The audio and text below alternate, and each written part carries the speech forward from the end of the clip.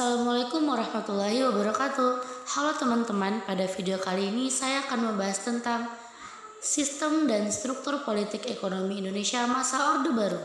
Pada masa ini ada 3 aksi yang terjadi, yaitu aksi Tritura, Super Semar, dan dualisme kepemimpinan nasional.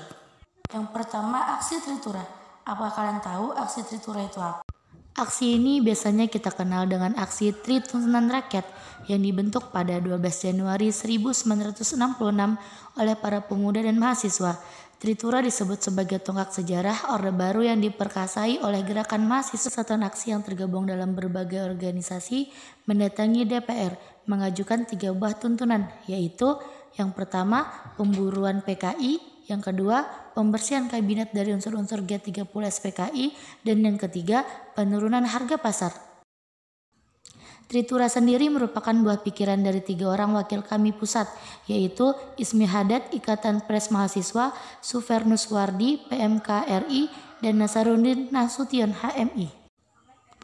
Pada tanggal 10 Januari 1966, di halaman Fakultas Kedokteran Universitas Indonesia, untuk pertama kalinya, Tritura dikumandangkan dan menjadi hari peringatan Tritura. Kolonel Sarwo Edi yang saat itu menjadi pasukan elit RPKAD menghadiri peristiwa bersejarah itu. Dan yang kedua adalah Super Semar.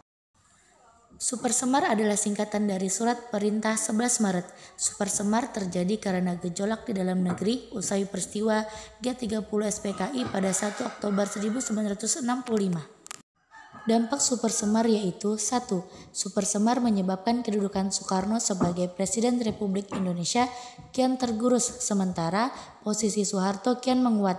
Yang kedua, status Soekarno yang menjabat sebagai Presiden seumur hidup dicabut oleh MPRS pada 7 Maret 1967. Yang keempat, Soekarno lengser dari kursi kepresidenan dan Soeharto menjadi presiden pada tanggal 27 Maret 1968. Yang kelima, Super Semar menjadi tonggak lahirnya Orde Baru yang bertahan hingga 1998. Dan yang terakhir, Indonesia kembali bergabung dengan PBB.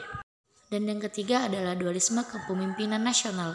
Dualisme kepemimpinan nasional terjadi pada tahun 1966 sampai 1967, di mana Indonesia memiliki 2 pemimpin, yakni Soekarno sebagai pemimpin pemerintahan, sementara Soeharto sebagai pemelaksana pemerintahan. Pergolakan dimulai pada 30 September 1965, di mana 7 perwira senior TNI gugur. Dugaannya mereka gugur karena serangan PKI. Pada akhirnya pada tanggal 12 Maret 1967, Ketua MPRS Abdul Haris Nasution resmi melantik Soeharto sebagai pejabat presiden.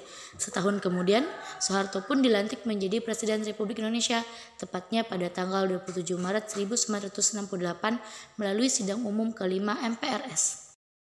Soeharto dikukuhkan sebagai Presiden Republik Indonesia hingga terpilihnya Presiden baru oleh MPR melalui hasil pemilu. Pengukuhan inilah yang menjadikan dualisme kepemimpinan nasional berakhir. Pemerintahan Orde Baru pun mulai dijalankan. Mungkin ini saja yang dapat saya sampaikan. Wassalamualaikum warahmatullahi wabarakatuh.